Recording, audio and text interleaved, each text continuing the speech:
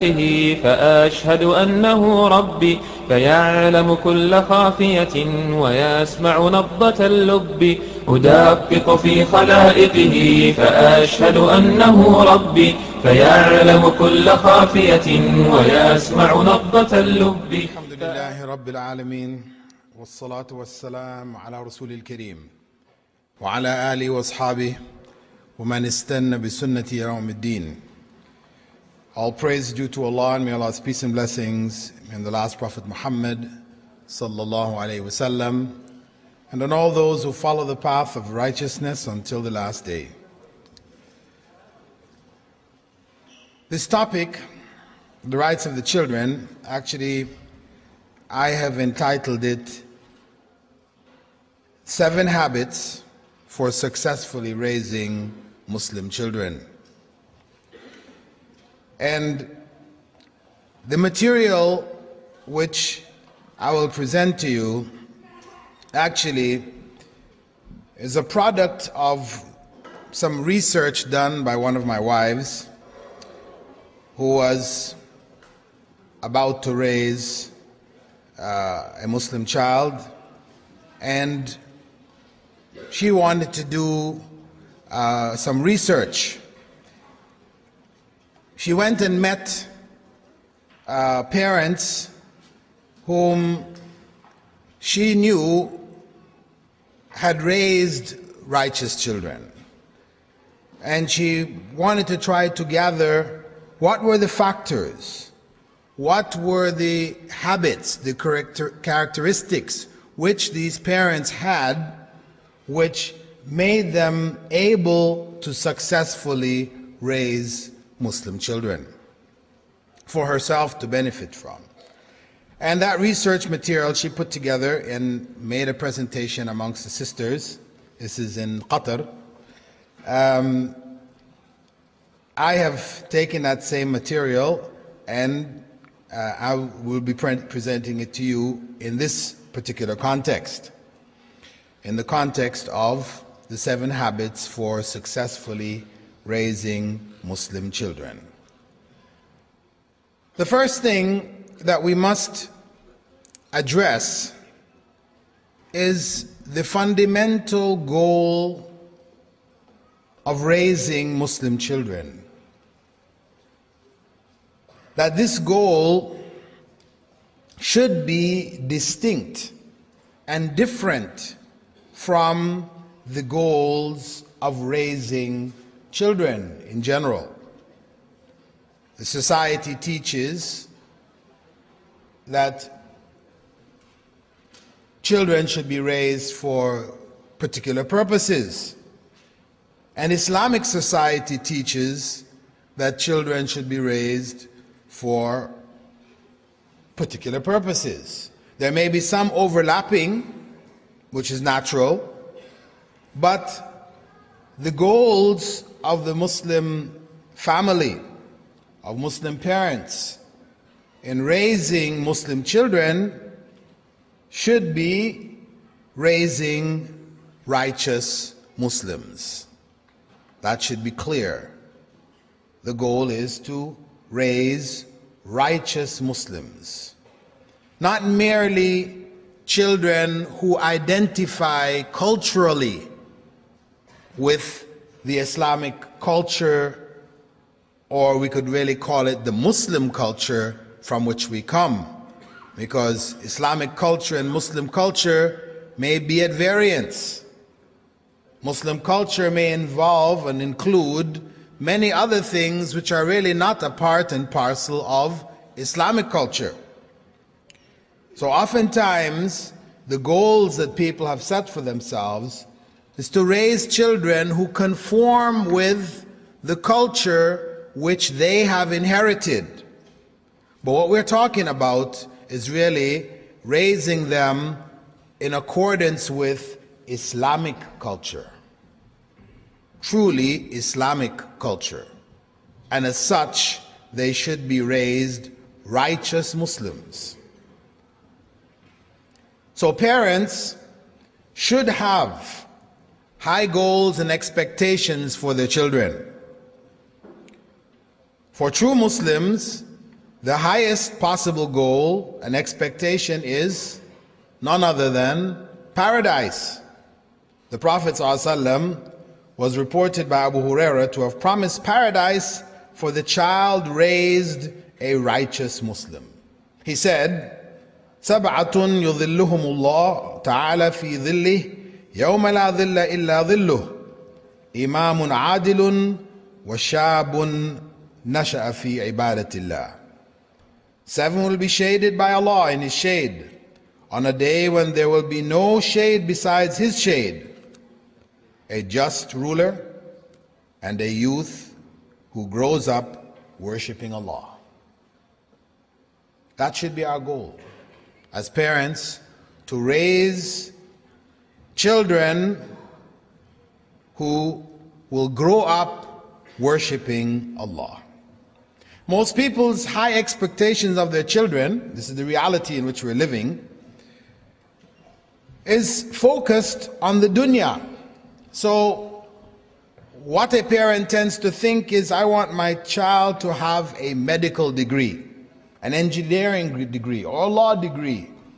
I want them to have these wonderful professions which earn a lot of money and have with them a lot of prestige, etc., etc. Now, these goals are fine from an academic and vocational perspective, and they're needed by the Muslim community for its healthy survival, especially in this world, in this time. However, they should not take precedence over the primary goal in the life of the Muslim: paradise in the life to come. Thus, parents should desire for themselves and their children paradise, as Allah subhanahu wa ta'ala said in Surah At-Tur, verse 21, وَالَّذِينَ آمَنُوا وَاتَّبَعَتْهُمْ ذُرِّيَّتُهُمْ بِإِيمَانٍ أَلْحَقْنَا بِهِمْ ذُرِّيَّتَهُمْ وَمَا أَلَتْنَاهُمْ مِنْ عَمَلِهِمْ مِنْ شَيْءٍ. And for those who believe and whose offspring follow them in faith, I will join their offspring with them, and I will not decrease their rewards in any way. Now, the first habit for those who want to successfully raise Muslim children is taqwa, piety. From the perspective of the children, it is the right of children that their parents be righteous. Righteous. It is the right of children that their parents be righteous. The question arises, when should Islamic upbringing begin? The reality is that tarbiyah, Islamic upbringing, starts before the child is born and continues from the time of its birth. A student once asked his teacher about raising his child who was at that time 1 year old. And the teacher replied, "You have already missed the boat." If you're asking when the child is already 1, you have already missed the boat. Because it starts back with the parents. Parents desiring righteous children should themselves be righteous. They must work on themselves, their relationship with Allah, their knowledge, their character, and so on and so forth. This habit does not refer to the principle of being a good example. That is the third habit. This habit refers to the principle that if people are themselves righteous, Allah will make their children righteous as one of the fruits of taqwa. Taqwa, piety, fear of Allah, has fruits. Among those fruits is righteous children. For example, in the Quranic story of Moses and Khidr, when Khidr explained that he rebuilt the wall because Allah wanted him to protect a treasure left for 2 orphans that was beneath the wall, he added at the end of his statement, وَكَانَ أَبُوهُمَا صَالِحًا, and their father was a righteous man. Some of the early scholars used to tell their children, indeed, I make extra formal prayers, nawafil, for your sake. They used to recite the verse, وَكَانَ أَبُوهُمَا صَالِحًا, so that the righteousness of the parents would affect the children, that they would benefit from their righteousness.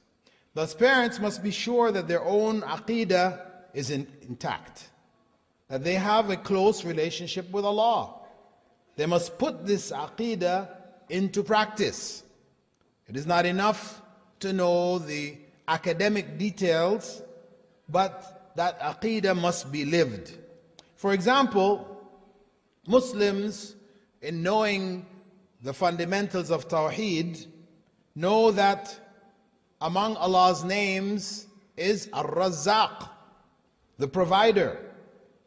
Therefore, they should seek their provisions through halal sources and leave the outcome to Allah. This is what they should do. If we have that correct belief with regards to Allah's names and attributes, knowing His names and attributes and internalizing them requires us to live in accordance with the fact that Allah is Ar-Razzaq. So what does that mean? It means that people will not sacrifice the paradise, will not sacrifice the life to come for the sake of provision in this life.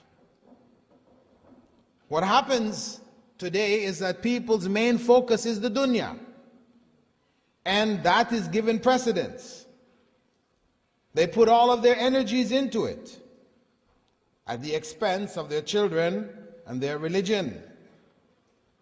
So most Muslims today are caught up in riba in one way or another, or they migrate to non-Muslim countries in order to ensure their children's future.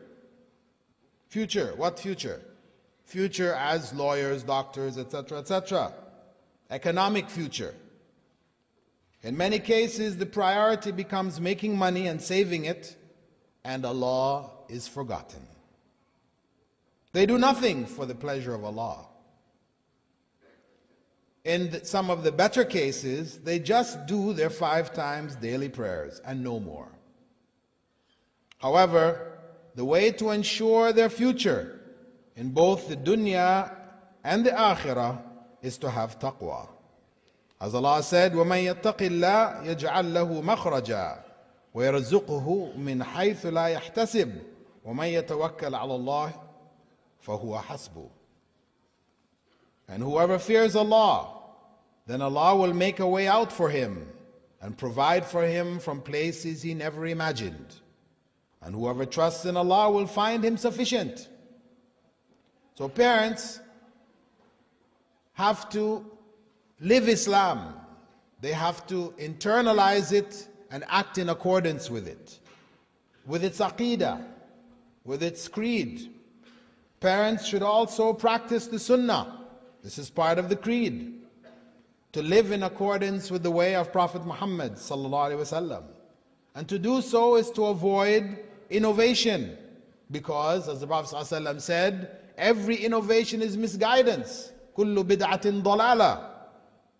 And every form of misguidance ultimately leads to the hellfire. We should understand that bid'ah in general is a satanic shortcut offered to lazy Muslims, people who don't want to do what Allah has required of them to do. So there are shortcuts offered. You just do this, pray to the saint, and you will have guaranteed results. If you try to pray to Allah, it's not going to work. But if you pray to the saint, you're covered. So these satanic shortcuts actually destroys a person's religion, and such a person could not possibly be given righteous children, because Allah gives righteous to the righteous. It's not to say that Allah in His greatness cannot take righteous children from unrighteous parents, or that He may not give unrighteous children to righteous parents, because we know Prophet Noah had an unrighteous son, as mentioned in the Quran. That's reality. However, what we're talking about is the norm. We're not talking about the exception. We talk about the norm. So parents themselves must keep away from sins. The ends don't justify the means. They must be aware also of the insignificant sins. As the Prophet ﷺ was reported by Sahal ibn Sa'ad to have said, beware of the scorned sins. They are like people who camp in the bottom of a valley, and one comes with a twig and another comes with a twig, until they make a bonfire and bake their bread. Indeed, scorned sins, whenever they are adopted, they destroy those who do them. So the parents themselves, in order to ensure their chances for getting righteous children, they must themselves be righteous. The second habit is dua. Dua is the weapon of the believer. It is the right of Muslim children that their parents pray for them. Pray for them even before they're born. That their parents make dua when they have relations, as the Prophet ﷺ prescribed. And Allah described the righteous worshippers of Himself, Ibadur Rahman, as making the following dua: Rabbana hab lana min azwajina wa dhurriyatina qurrata a'yun. O our Lord, grant us from our spouses and children a coolness to our eyes. And this was the way of the prophets. We find Prophet Zakaria praying to Allah saying, Rabbi habli min ladunka dhurriyatan tayyiba, innaka sami'ud du'a. O my Lord, grant me from yourself a good offspring. You are indeed the all-hearer of invocation. And Allah answered his prayer, saying, وَحَنَانًا مِّن لَدُنَّا وَزَكَاةً وَكَانَ تَقِيًّا وَبَرًّا بِوَالِدَيْهِ وَلَمْ يَكُنْ جَبَّارًا عَصِيًّا. I made him, Yahya, compassionate and pure from sins, and he was righteous and dutiful towards his parents, and he was neither arrogant nor disobedient.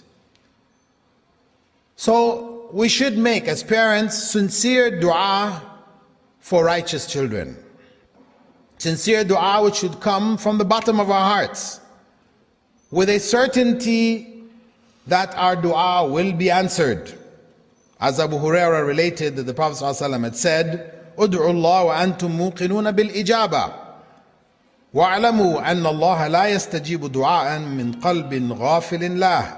Call on Allah, being certain that your prayers will be answered. But know that Allah does not answer the prayers of a negligent, playful heart. So when we make dua for righteous children, it's not just getting the dua from the Quran or from the Sunnah and just repeating it ritualistically. It is reflecting on that dua and saying it with the full force of our hearts and our souls.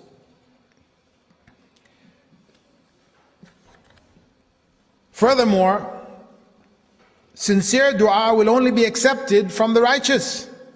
As the Prophet ﷺ explained in a hadith in which he said, O people, indeed Allah is good and pure, and He accepts only what is good and pure. Indeed, Allah has commanded the believers to do what He commanded the messengers. Then He recited the verse, O messengers, eat from the good things and do righteous deeds. Indeed, I am well acquainted with whatever you do. And He also recited the verse, O you who believe, eat from the good things that I have provided for you. Then He mentioned, like a man on a long journey whose hair was disheveled and dusty, raising his hands up to the sky, saying, O my Lord, O my Lord. But his place of eating was haram, his place of drinking was haram, his clothing was haram, and his body was fed with haram. How could his prayers be answered as a result of that? So, when we talk about making sincere dua, we must have also the necessary conditions for that sincere dua to be accepted. So we try to fulfill them as much as we can. We try to choose the optimum times for dua, and we try to make sure that the other conditions are fulfilled. Also, one aspect of dua for our children is choosing a good name for our children. By choosing the names of the righteous of the generation before us, this becomes a kind of dua for our child. Also, if we choose the names which have good meanings, this is also a form of taking a good omen out of that name, which is permitted. The Prophet ﷺ permitted this element of omen taking when he forbade all others. So choosing good names for our children, not traditional, tribal, national names, but good names, names of good meaning, either those which the Prophet ﷺ recommended, Abdullah and Abdul Rahman, or those of people among the Sahaba. So when your child asks you, well, what does this name mean? You're able to tell them something good, either in its meaning or who had that name, as an example to them. The third habit is, as I said earlier, the example. And this is perhaps the hardest habit to develop. It is the right of Muslim children that their parents be good examples to them. Religiosity and character play a major role in the rearing of righteous children. One cannot get away with telling children to do things which they don't do. Allah curses it in the Quran. أَتَأْمُرُونَ النَّاسَ بِالْبِرِّ وَتَنْسَوْنَ أَنفُسَكُمْ. Do you command people to righteousness and forget yourselves? The saying, do as I say, not as I do, this doesn't work. Yes, we may be able to force them on that basis, but the children will not learn righteousness that way. They will not be raised truly righteous. They will be hypocrites. They will do it because you said, do as I say. It doesn't matter what I do, you do as I say, so therefore you do it. If the mother is modest and shy, she wears hijab, then the daughters will be that way. If the mother is gentle, the children will be gentle. If the children see the mother exert herself to worship Allah, then they will want to copy her. If she yells and screams and hits, then they will do the same. If she controls her anger, so will the children. If parents, especially the mother, are not affectionate and kind, compassionate and merciful, the children will not be. If the mother backbites, so will the children. If the mother lies, so will the child. Often parents teach their children how to lie. For example, if someone calls the house and the parents don't want to speak to that person, they tell the child, tell them I'm not here. They've just taught them how to lie. Or the mother may tell the girl or the son to hide certain things from the father. She does things that the father's told her not to do. So she'll tell the kids, don't tell your father. Well, she's teaching them how to lie. Parents should try to make themselves the best possible example of good character, because character is something which can mostly be learned by example. Character. The Prophet ﷺ summed up Islam as being a religion of good character. He said, إِنَّمَا بُعِثْتُ لِأُتَمِّمَ مَكَارِمَ الْأَخْلَاقِ. I was only sent to perfect for you the highest of moral character traits. So he stressed the importance of character. And we have to be, as parents, that example. To be, as parents, that example. And Prophet ﷺ, in the prayers that he made in the beginning of Salah, his formal prayers, he used to make a dua in the middle of it, saying, وَاهْدِنِي لِأَحْسَنِ الْأَخْلَاقِ لَا يَهْدِي لِأَحْسَنِهَا إِلَّا أَنْتَ وَاصْرِفْ عَنِّي سَيِّئَهَا لَا يَصْرِفُ عَنِّي سَيِّئَهَا إِلَّا أَنْتَ. O Allah, guide me to the best of manners, for no one can guide to the best of them except you. And take me away from the worst of manners, for surely no one can keep the worst of manners away except you. So we ask dua to Allah to help us to develop good manners. And we have to make the effort ourselves to be mannerly, to be good in our manners, even if it means pretending. If we pretend to be good-mannered, eventually that mannerism will be acquired. Because some people say, well, having good manners, controlling one's temper and being patient and these other kinds of things, some people just seem to be born that way. While the rest of us, we can't seem to do it. Well, the Prophet ﷺ had said, وَمَن يَتَصَبَّرْ يُصَبِّرْهُ اللَّهُ. Whoever pretends to be patient with the desire, wanted to do that obviously for the pleasure of Allah, then Allah will give him patience. So character can be gained, can be achieved by trying to do them even though internally we don't feel them. Because one may know intellectually, yes, you should control your anger, but when the time of anger comes, what happens? We still get angry in an uncontrolled way. So therefore, what we have to do is to force ourselves to pretend while desiring that Allah help us to develop this characteristic. Parents should want their children to know real Islam, which might seem strange due to the many non-Islamic influences in the outer world. Therefore, they should want to be the strongest influence in their children's lives. This is among the strongest methods which Prophet Muhammad ﷺ used in raising the generation of the Sahaba. When he arrived in Medina, he taught them from the very beginning to take whatever they needed of Islam from him. He was the example. He was the guide. So many times you hear him saying that you should be good to your wives, and I am the best of you, and I am the best to my wives. He makes that comparison, giving himself as the example. The fourth habit to attain righteous children is what is known as attachment parenting from the very beginning. Attachment parenting, meaning that it is the right of the children to be loved, to be treated in a loving fashion.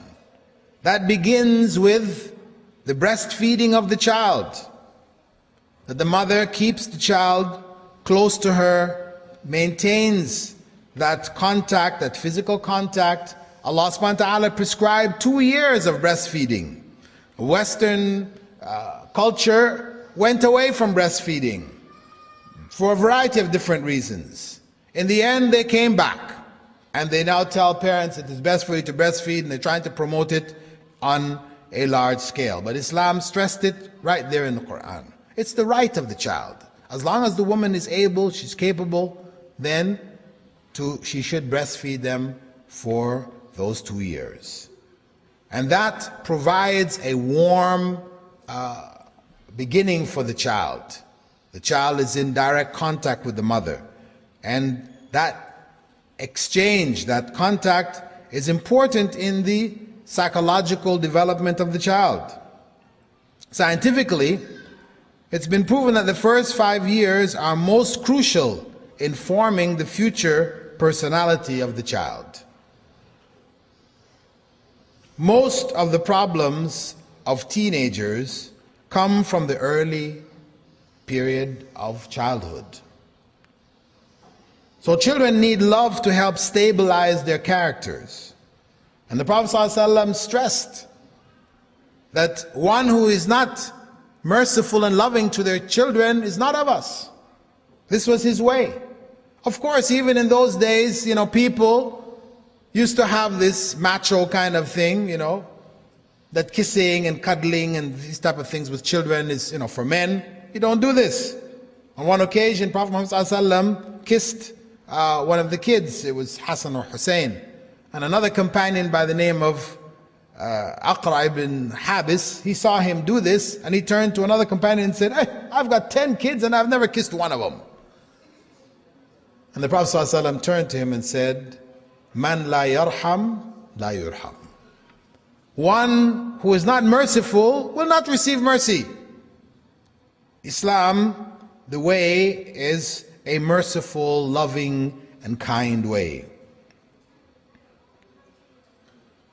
So, the guiding of the children, the directing of the children should be done in as loving a way as possible. Quality time, personal attention should be given to them.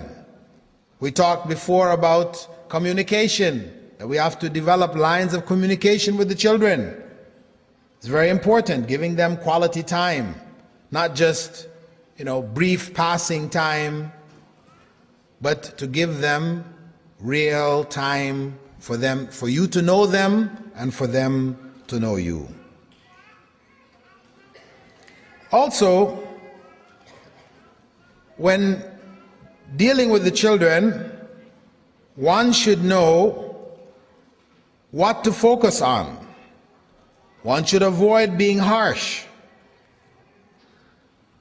Wherever something may be done through kindness, it's better to do that than through harshness. So, the fourth habit is bonding with the children, developing a good, solid bond of love and affection with the children. That's going to make a big difference in their upbringing. The fifth habit is education. It is the right of Muslim children that they be educated Islamically. That they be educated Islamically. Most of us understand, yes, that they be educated, but our focus is not Islamically. It's just being educated. We said before, going to the best schools, getting the highest degrees, etc., etc. But it is educated Islamically. When the Prophet ﷺ said, "Talabul ilmi farida ala kulli Muslim," seeking knowledge is compulsory for every Muslim, he meant Islamic knowledge, first and foremost. Yes, gaining other knowledge is useful, it is beneficial.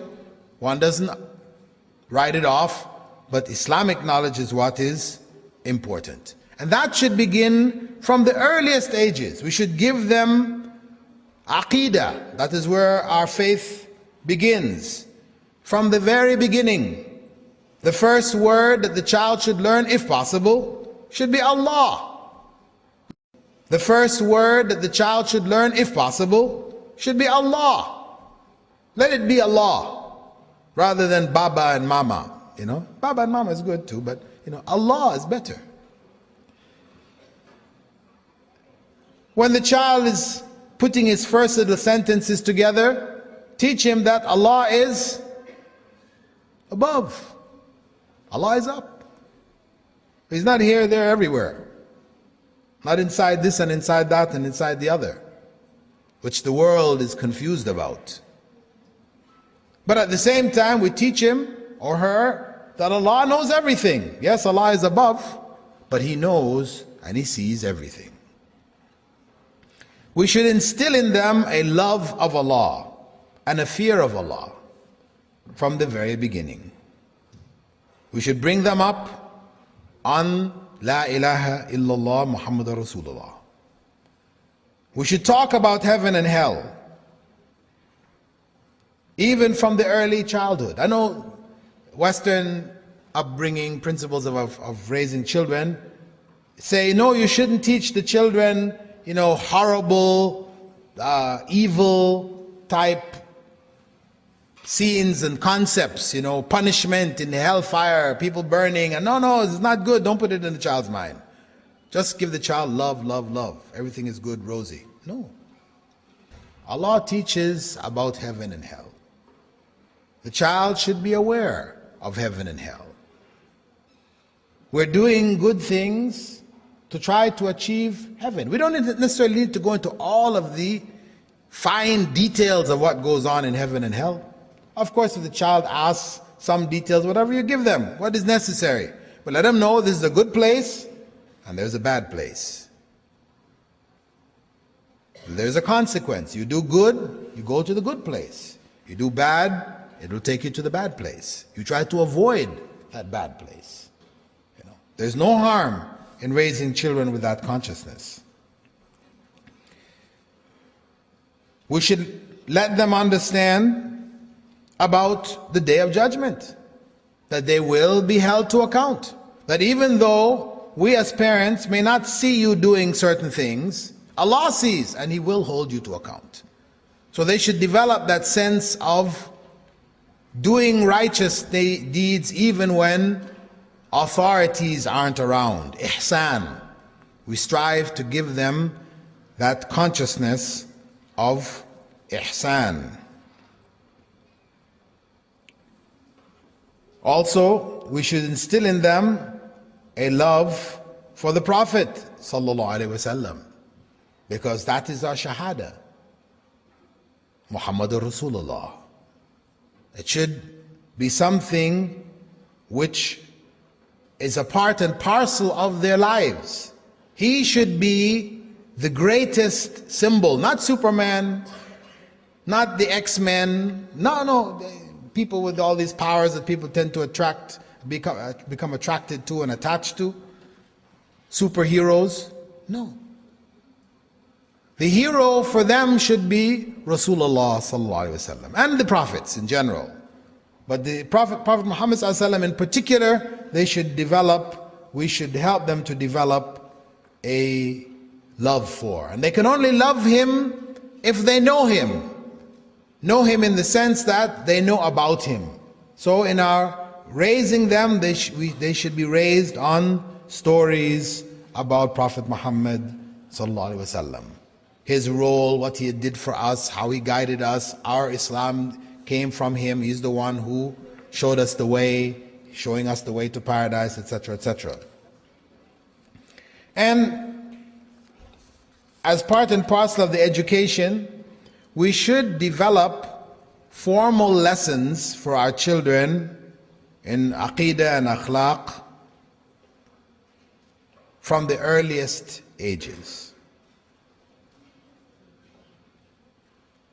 We should start the children with prayer when they're young, just as Prophet ﷺ had said, teach your children salah when they're 7. By the time they're 7, they should know salah. Knowing salah doesn't mean merely that they stand up when you stand up, they raise their hands, they bow, but if you step away, they're lost. No, they haven't learned salah. They're only doing while you're doing. Or even if they learn and they can do it on their own, they don't really know what they're saying, what they're doing. They don't make wudu. And no. Learning salah means learning salah. Salah is not accepted without wudu. Yes, they're children, so issues of salah is not really there, meaning reward and punishment. You get the reward and punishment. You get the reward when they pray. Just as you get the reward when they make hajj. You get the reward when they fast. you get the reward. But at the same time, you're training them. So you train them properly. You train them to do as best as they can. So you teach them wudu. They should learn wudu. When they make salah, they should cover themselves. You know, the little girls should wear hijab. Also, in general, you know, children love stories. We said that before. We should tell them stories of the Prophet ﷺ. You know, there are also stories about the Sahaba and these kinds of things. You know, many books now have been produced, you know, about the lives of the Sahaba and the righteous of the past.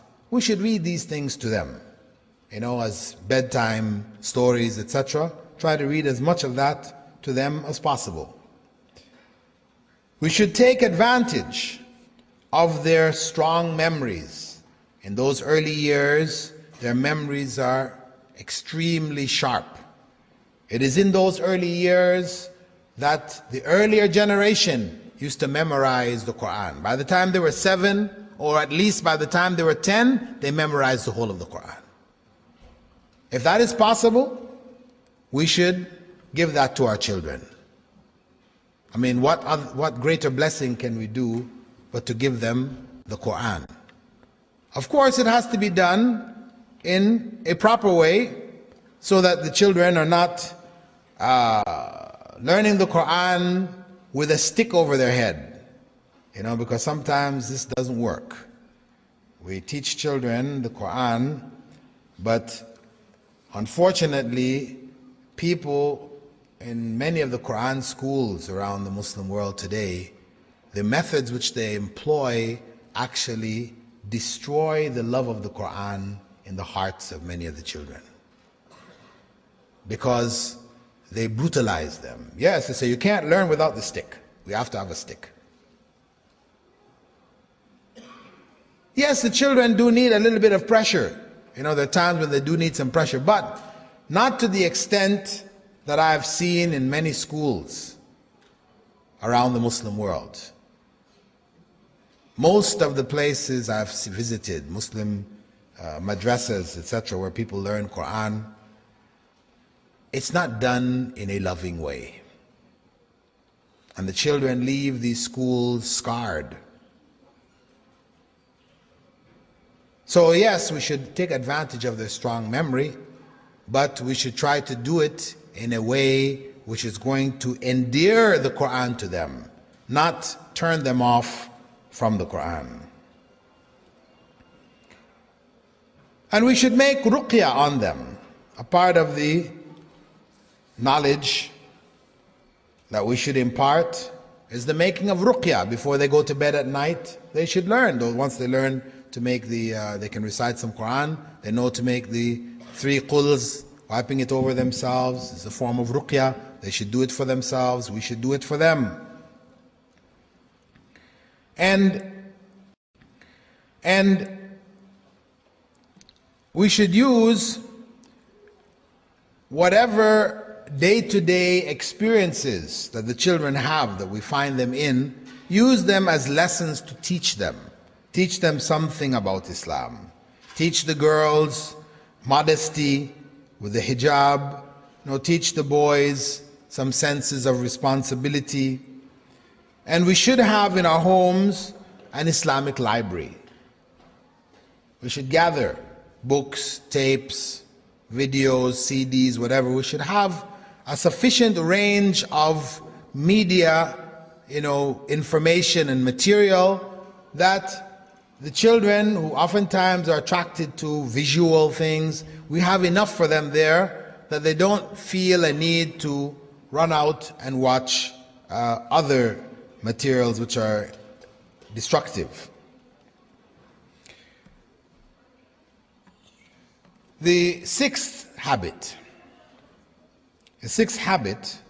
is to provide a positive environment. That is, it is the right of children that they have a good environment, meaning the home, the household should be an Islamic household. It's not an Islamic household simply because we have on the wall Ayatul Kursi. You know, people have, you can buy Ayatul Kursi in Habib's bookstore or whatever, and nicely framed, written in gold letters. We put it on the wall, so now we have an Islamic household.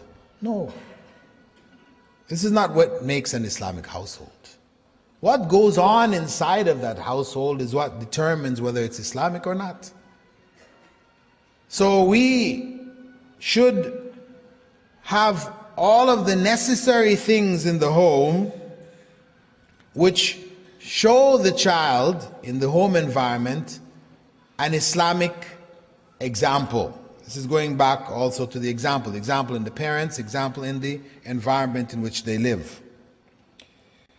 So parents should maintain a peaceful environment in the home. The home should be peaceful. It should be free of conflict. I mean, of course, between husband and wife, there's going to be some conflict, but it should be done behind closed doors. Quietly. Of course, it could be behind closed doors and there's banging and smashing, you don't know, but quietly. The children don't know what's going on. Okay, you can say this is kind of hypocrisy. Better than them to see how you really are. No, it's not better. You know, sometimes it's not better. Sometimes, yes, it is better to know the reality of things, and sometimes it's not. Because they will not understand, they will not be able to interpret that. So we try to keep those conflicts, etc., behind closed doors. The children shouldn't see their mother, acting in a disobedient fashion to their father. Similarly, they shouldn't see the father insulting the mother. This is a negative environment, home environment for the children. And also, parents should be consistent in dealing with the children. It shouldn't be that mother says this, and then you can run to dad, and dad will say that. So whenever mother is too harsh, you go to dad. Or whenever dad's too harsh, you go to mom. Because the kids, they quickly learn this and they'll play off one against the other. They become experts at it. So it is important that there is consistency. And the child asks you something, you don't know what your wife has said on it. You ask them, what did your mom say? Oh, she said, well, let me check with your mom first. Go back and check with mom. Same thing with mom checking with father. What did father actually say? Or what does father think on this matter? So you come up to a unified position on particular issues. The home, as I said, as an environment, we should hear Quran reading in the home. The media, the various issues of media in the home, it should be Islamic. We should also invite to the home religious people. So we create a religious environment in our home. Prophet ﷺ had said that only the righteous should eat your food. Meaning that those people who you invite into your home to eat along with you and your family, etc., they should be righteous people. So they are part of the environment of the home. They are part of what makes a home Islamic. Also, the home should be free of un-Islamic magazine, books, etc. And we should also teach the children, and this is a part of our environment, how to deal with people who do what we told them not to do. We ourselves, we try to avoid these things, so we tell them don't do it, so we don't do it and they don't do it, but they're going to see people who do it. So what do we do? Of course, we have to let them know it's wrong. We can't tell them it's okay for them, but it's not okay for us. No, it's wrong. But of course, the children, they have to be taught a certain amount of diplomacy, because children, once you tell them this is wrong, they're quick to run up to that person and say, hey, why are you doing this? You shouldn't be doing this. And it can get embarrassing sometimes. But the bottom line is that they need to know it's wrong. And even if they embarrass you sometimes, it's better that than you creating this kind of vague understanding about right and wrong in these matters. As I said, we should create a good environment for the children. This is the positive environment, the method or the habit number 6. That involves the home, as we spoke about, as well as what is outside the home. So when we're choosing schools, we should try to put our children in Islamic schools. Even if the Islamic school may be of a lower academic standard than the regular school, the government school, or another private school. It may be a higher standard, producing, specialists on another level. And we would like our children to have these specializations. But what is more important is their Islamic upbringing. So it's better to put our children in Islamic schools of inferior academics than to put them in non-Muslim schools of superior academics. That's the bottom line. People say, well, we have to survive in this world. This is a world which gives favor to those who are superior academically. Well, we don't know the future, and it's with Allah, and our duty is to give them the best that we can while we can. So we choose the Islamic school. And of course, we should strive to upgrade those Islamic schools. I'm not saying just leave this school as it is. We see their academics are low. What do? We just say, okay, mashallah. No, we should tell them and advise them. This is our duty to tell them, listen, why should our Islamic schools be of inferior academics? They shouldn't be. In some countries in the Muslim world, and in the non-Muslim world where there are Muslim schools, these Muslim schools are at the top. They compete with the top private schools, the top institutions in the country. Their students win the top prizes. It can be. Their students win the top prizes. It can be. So it's not a must that Islamic schools have to be of inferior academics. But I'm just saying, if that's what's in front of us, then we know we have to make the right choice to create the right environment for our children. The 7th habit is that we have to have a systematic method of disciplining our children. It has to be systematic.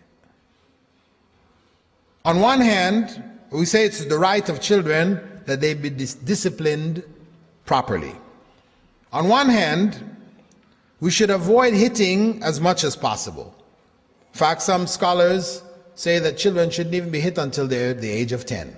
Because Prophet ﷺ mentioned, that same hadith I mentioned earlier, that you should teach your children salah when they're 7 and spank them for it when they're 10. So they said, salah is the most important thing.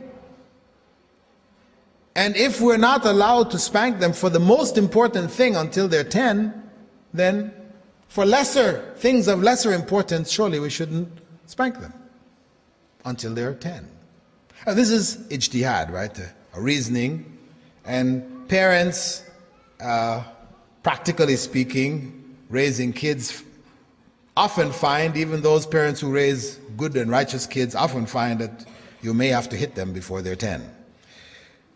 But the point is that it should be done properly, as a last resort, not as the first resort, not when you're angry, so the child learns avoid mom or dad when they're angry. They didn't learn don't do this. They learn just avoid them. When you see red in their eyes, lay low, be good.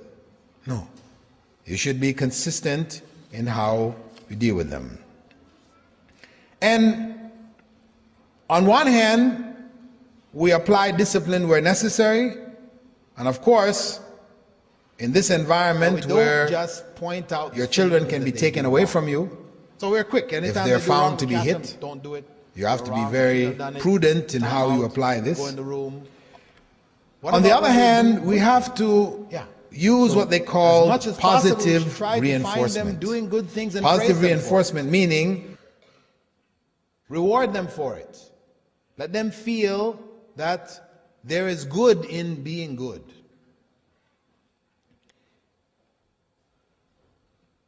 And part of being able to discipline them systematically is knowing the characteristics of children in the early years.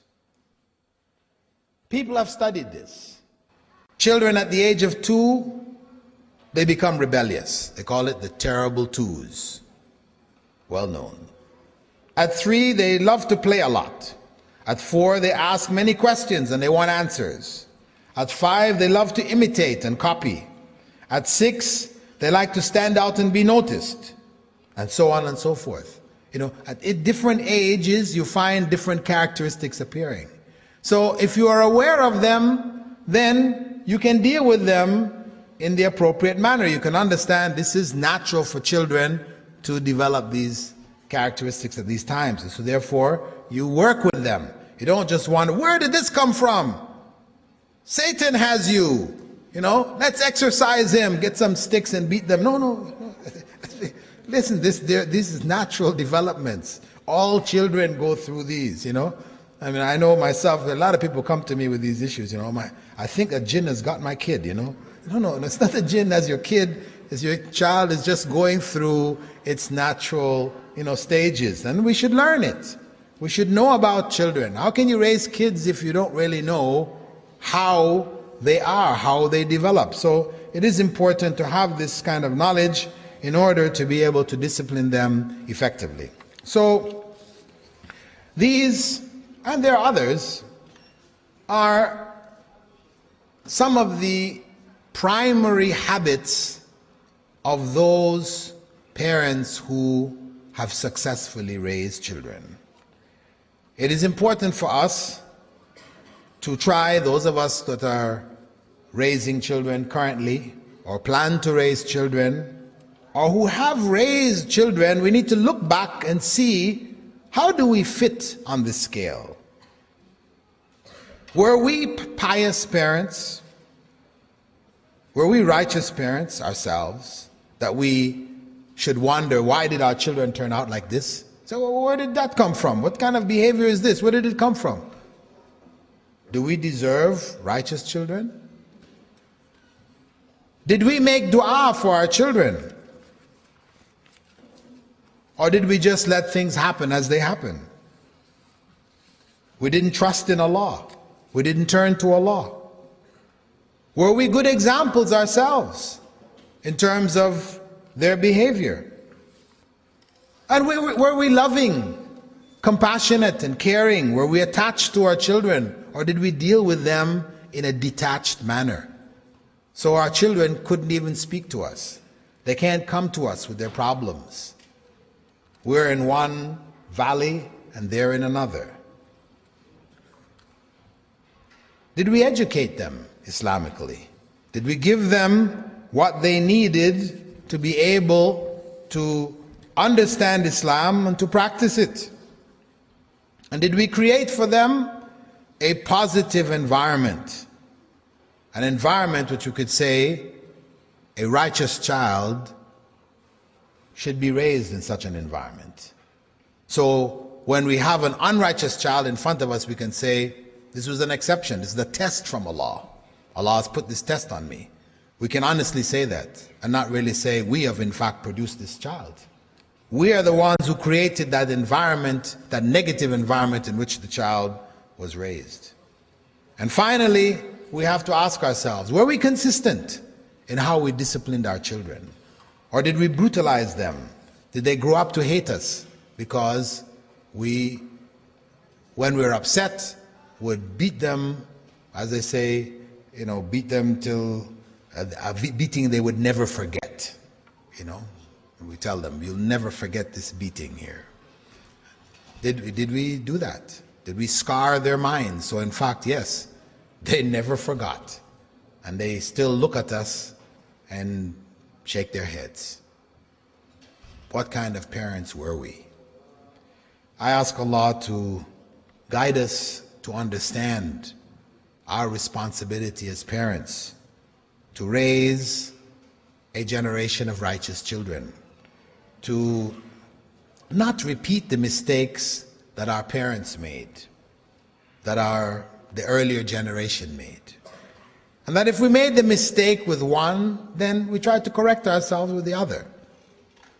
It doesn't matter if the one says, but when I was that age, you used to beat me for that. You used to do this, you used to do it. Well, okay, you tell them, I'm sorry. You know, it wasn't really right. I'm trying to do the right thing now. It's never too late to learn.